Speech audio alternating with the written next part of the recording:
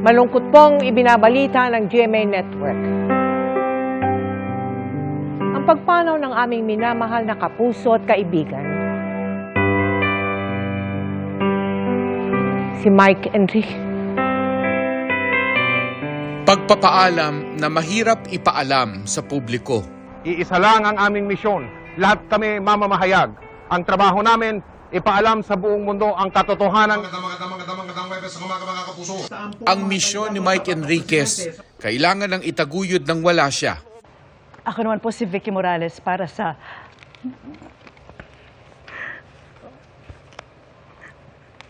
mas malaking misyon.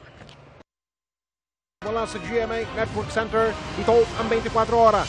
Mahirap, lalo't tumatak na hindi lang ang kanyang boses at estilo sa pagbabalita. Hindi namin kayo tatantanan.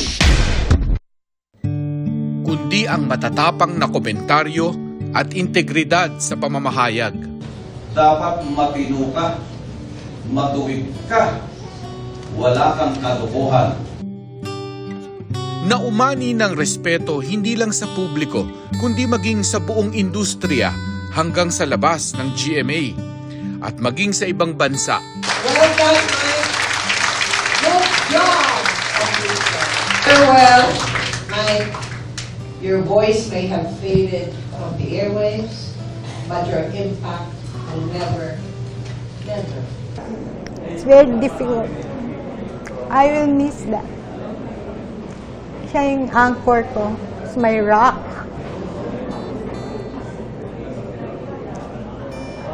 Yun ang magiging void. Ako po ang inyong kapuso, Mike Enriquez.